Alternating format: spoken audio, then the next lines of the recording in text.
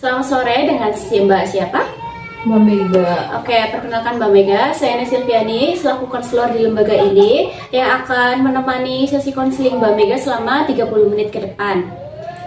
Oke, saya mungkin mau tanya dulu Mbak Mega kesini gimana perjalanannya, lancar? Alhamdulillah lancar. Oke, sendiri atau gimana nih? Saya bersama ponakan saya. Oh, oke. Baik, Mbak Mega kesini pasti ada tujuan kan? Mungkin bisa mulai diceritakan apa yang mengganjal di hati Mbak Mega sehingga Mbak Mega datang ke sini. Sebelumnya, apakah cerita saya ini akan aman? Tentu saja Mbak, dalam konseling itu ada yang namanya asas kerahasiaan. Jadi semua yang Mbak Mega ceritakan di sini itu akan terjamin kerahasiaannya dan juga tentunya tidak bocor kemana-mana. Ini kan satu sesinya 30 menit ya Bu. Saya rasa waktu 30 menit itu kurang karena menurut saya masalah saya itu terlalu banyak yang ingin saya ceritakan kepada Ibu. Tentu saja Mbak Mega, kita bisa mengatur ulang untuk melakukan sesi konseling selanjutnya. Saya tuh datang ke sini karena saya itu ingin bercerita, kayak banyak yang saya pendam sendiri karena menurut saya tidak punya tempat untuk bercerita supaya saya itu merasa lega gitu. Oke, baik. Mungkin bisa mulai diceritakan ya apa yang mengganjal gitu. Saya itu kan bekerja ya di pabrik. Terus kayak sekarang akhir-akhir inilah tuh saya merasa kayak lagi nggak tahu kayak lagi kesel terus, bahkan dari pagi aja udah kayak kesel banget karena nggak tahu ya, awalnya tuh kayak biasa aja, kayak fun aja gitu, tapi lama-lama tuh kayak akhir-akhir itu kayak rasanya tuh kayak saya tuh kayak mendem amarah terus-terusan setiap harinya tuh. Jadi kan saya kan di bagian finishing itu, jadi saya bekerja di pabrik sepatu, saya bagian finishing dan saya tuh bagian masang shock liner. Nah itu kan jadi akhir-akhir itu yang bikin saya kesel itu karena shock liner itu kan kalau setiap beda warna itu kan shock linernya beda-beda, udah juga beda ukuran gitu. Jadi kayak terus yang masuk yang jalan itu sepatunya itu warnanya itu kayak warna-warni, kayak ada hitam, ada putih, ada hijau gitu. Jadi saya tuh merasa kerepotan sekali, sedangkan atasan saya itu tidak peduli sama sekali, termasuk leader saya. Dia itu tidak peduli bagian depan itu, kayak nggak tahu, nggak ada shock linernya teh, nggak ada ininya teh, nggak tahu, dia itu nggak peduli. Yang penting dia itu conveyor itu penuh. Nah terus yang bagian depan itu mau neter mau enggak kayak terserah, sedangkan kualitas sepatu itu juga sedang buruk sekali karena banyak lemnya kesana kesini. Jadi kami itu bagian finishing itu lagi kerepotan sekali, tapi atasan kami itu nggak peduli gitu. Apalagi masalah itu yang jalannya itu sepatu putih 2 warna, sepatu hitam 3 warna, sepatu hijau beberapa gitu. Jadi kayak saya itu keselnya itu karena kan jadi kalau misalnya satu ukuran sih nggak apa-apa, itu tuh ukurannya itu beda-beda, bisa 5 sepatu misal warna hitam itu bisa ada yang 3T, 4T, kadang 10T. Jadi kayak itu ngerasa capek banget nyarinya, sedangkan shock liner itu tidak disediakan di satu tempat, jadi ada beberapa tempat, jadi saya itu harus bolak-balik buat ngambil. Sedangkan kalau misalnya ngambil banyak itu numpuk di tempat shock liner itu nggak boleh numpuk. Terus saya bolak-balik juga capek. Ketika saya meninggalkan tempat saya itu, otomatis beberapa menit saya sedang mencari shock liner itu jadi keteter lagi karena saya itu waktunya itu dibuang-buang dengan berjalan untuk mencari shock liner itu. Jadi kayak saya itu merasa amarah, kesel, padahal sama atasannya lagi sama yang bagian manajernya tuh udah dibilangin kayak ya udah jalannya jangan warna-warni, nggak boleh gitu. Kayak misalnya setengah hari jalan warna putih, setengah hari jalan warna hitam gitu. Tapi rasanya itu nggak peduli, dia itu nggak peduli soalnya ada apa enggak. Dia itu hanya peduli yang nggak mau layarnya harus hijau, harus target. Sedangkan kalau misalnya nggak ada shock linernya itu nggak bisa. Kalau misalnya ada yang cacat. Jangan ketika kita kan dicek sama QC dulu kan. Lah misalnya ada lem berlebihan itu kan nggak bisa, harus balik lagi. Nah terus udah gitu ada juga yang nggak ada shock linernya kan nggak bisa di scan, kayak QC-nya tuh nggak mau gitu bagian packingnya, nggak mau nyeken soalnya nanti akan jadi masalah. Nah itu Bu, jadi saya itu sedang memendam emosi sekali. Jadi bagaimana ya Bu biar saya itu tidak emosi terus menerus? Baik Mbak sudah lebih tenang? Ya, saya lumayan tenang. Baik, jadi Mbak Mega ini emosi karena leader Mbak Mega ini tidak profesional ya dalam bekerja gitu. Iya, nggak biasanya ya, kayak dia itu emang karena leader saya lelaki, jadi dia itu lebih peduli sama anak-anak yang cantik-cantik begitu. Oke, sebelumnya saya mau bertanya dulu, leadernya Mbak Mega itu ada berapa? Satu dari sekian banyak karyawan itu produksi. Iya, ada satu. Jadi kayak misalnya dari satu sel itu kan ada dua bagian, kayak sel A, sel B. Jadi kayak satu selnya itu satu leader, A sendiri, B sendiri. Oke, dalam satu sel itu ada berapa orang? Kalau bisa dijelaskan? Kira-kira 20-an atau 18 orang. berarti 18 sampai 20 orang ya? Iya, kurang lebih segitu. Oke. Mungkin leader Mbak Mega itu tidak bermaksud seperti itu ya Mbak Mega. Karena kan seperti yang tadi Mbak Mega sebutkan, satu leader itu mengurus 18 sampai 20 orang. Jadi mungkin seorang leader juga pasti merasakan capek, pusing gitu-gitu. Tapi leader sebelumnya enggak tuh, leader sebelumnya itu kayak tidak memprioritaskan satu titik doang. Jadi kayak leader yang sekarang itu hanya di bagian belakang, kayak dia itu maunya compire itu harus penuh, tidak peduli di depan ada shock liner kah, di depan gimana ada banyak turunan kah, ada banyak bondingan kah, dia itu nggak peduli begitu. Jadi kalau leader yang sebelumnya itu kayak dia itu sangat peduli dengan misalnya yang penting compare penuh, tapi dia itu langsung lari ke depan, kayak misalnya barang turunan itu kan kayak ada yang rusak yang tidak bisa diperbaiki gitu tuh, yang urus itu leadernya. Kayak misalnya ada apa lemnya atau benangnya itu yang harus diperbaiki itu leadernya yang perbaiki. Kalau misalnya masalah bonding begitu itu tuh kayak kita produksinya yang memperbaiki. Dan kalau misalnya turunan itu nggak bisa, harus leadernya. Dan leader yang sekarang itu maunya itu turunnya itu ditumpuk nanti validasi. Oh, berarti leader Mbak Mega yang sekarang ini baru ya? Memangnya leader yang sebelumnya itu kemana? Leader yang sebelumnya itu kan yang sangat adil menurut saya ya, sangat adil. Dia itu kayak sana kesini itu kayak tidak jomplang Ya. tidak berat sebelah begitu.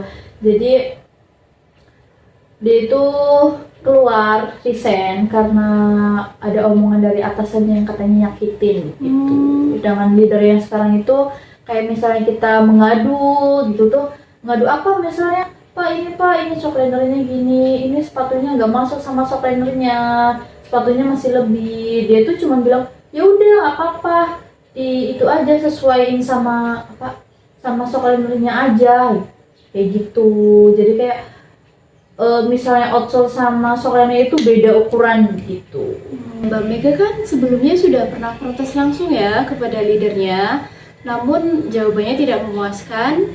Apakah Mbak Mega sudah melaporkan kepada atasannya leader, yakni ASPV ya namanya? Iya sudah, tapi kayak ya udah dibilangin juga, tapi tetap aja kayak gitu lagi. Kayak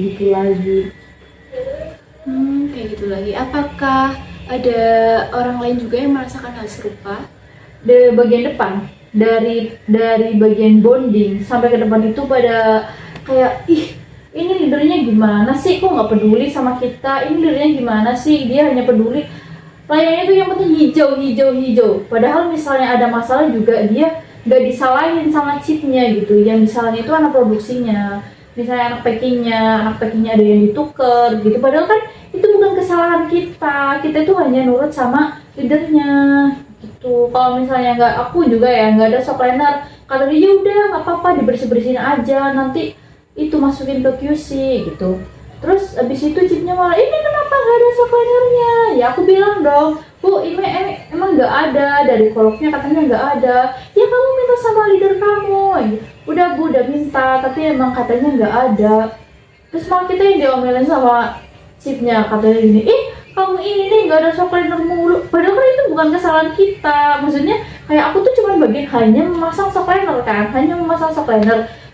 Kalau misalnya bagian shock liner, bagiannya ambil shock liner di kolok itu kan namanya WS. Nah itu kayak, ya kalau WS-nya dari koloknya nggak ada, ya udah nggak ada. Masa aku mau ngamuk-ngamuk gimana? Orang sepatu jalan terus, jangan aku harus nyari-nyari, udah nyari-nyari nggak ada, nyari-nyari nggak ada. Terus nggak ada shock linernya, yang disalahin aku. Padahal kan itu kayak bukan, aku tuh kayak aku ada shock liner aku kasih, kalau nggak ada ya udah gitu.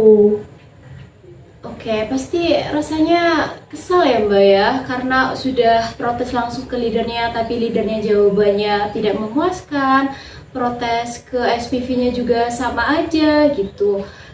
Apa Mbak sebelumnya sudah pernah mencoba untuk melaporkan kepada yang lebih berwenang lagi? Maksudnya kan biasanya dalam sebuah pabrik itu ada yang kayak bagian untuk melindungi buruh gitu. Sebutannya di Mbak Mega sendiri itu apa?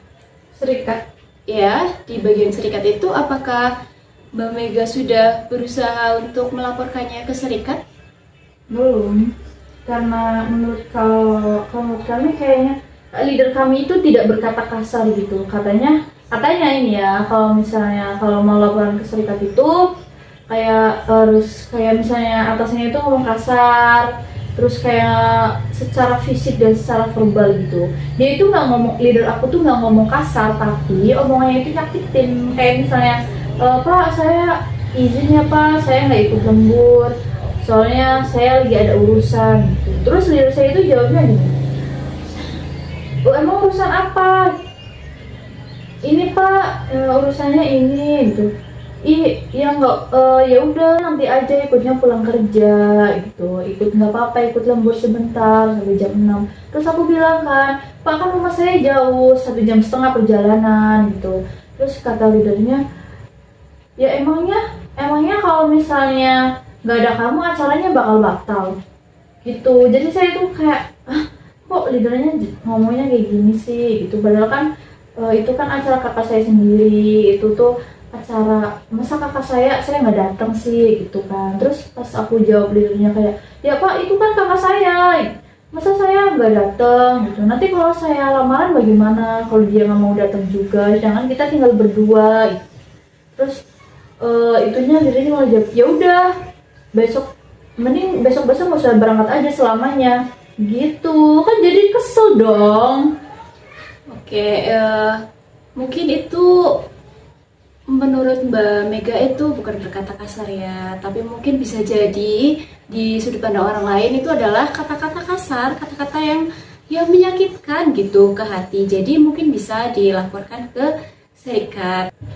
Tapi bukannya itu hak-hak buruh ya Mbak? Maksudnya kayak setiap manusia itu kan tidak mungkin dong selamanya ada di tempat kerja. Pasti ada suatu ketika di mana keadaan memaksa untuk kita dapat menghadiri suatu acara begitu-begitu. Terus menurut Ibu itu gimana Bu? Apakah itu termasuk kata-kata yang kasar? Kalau menurut saya itu sudah termasuk kata-kata yang kasar ya Mbak, karena ya setiap manusia itu kan punya berbagai sisi dalam kehidupannya. Maksudnya kayak nggak selalu melulu tentang bekerja, pasti ada kehidupan pribadi dan lain-lainnya gitu. Kalau misalnya leader Mbak Mega itu membatasi kehidupan pribadi Mbak Mega, itu rasanya tidak etis ya Mbak Mega. Seorang leader malah berkata seperti itu. Iya, padahal kemarin dia juga bisa izin itu nggak berangkat gara-gara anaknya sakit. Kenapa kalau kita izin dia selalu bilang seperti itu? Seperti yang Mbak Mega bilang tadi, banyak teman-teman Mbak Mega juga yang merasakan hal yang sama dengan Mbak Mega. Mungkin bisa berkomunikasi dengan teman-teman Mbak Mega, berkoordinasi untuk melaporkan liburan Mbak Mega itu ke serikat. Barangkali jika banyak yang melaporkan, serikat akan segera mengusut kasus tersebut. Ya. Karena rasanya sayang sekali ya Mbak Mega kalau harus memendam emosi yang berasal dari tempat kerja namun dibawa ke rumah dan juga dilampiaskan ke orang-orang terdekatnya Mbak Mega. Terima kasih, saya jadi ada gambaran untuk kedepannya bagaimana menyikapi masalah seperti ini. Baik, sama-sama Mbak Mega. Saya senang dapat membantu mendengarkan dan memberi saran seperti yang Mbak Mega harapkan. Jikalau boleh, saya menyarankan bahwa jangan terlalu memendam masalah di tempat kerja karena kesehatan mental itu sangat penting. Baik, kesimpulannya Mbak Mega ini merasa marah ya karena leader Mbak Mega ini tidak peduli dan juga tidak profesional dalam bekerja. Dan tindak lanjut dari hal ini adalah Mbak Mega akan melaporkan kejadian ini atau masalah ini ke serikat tempat Mbak Mega bekerja, begitu ya. Dan untuk sesi konseling selanjutnya kita bisa atur setelah sesi konseling ini. Bagaimana?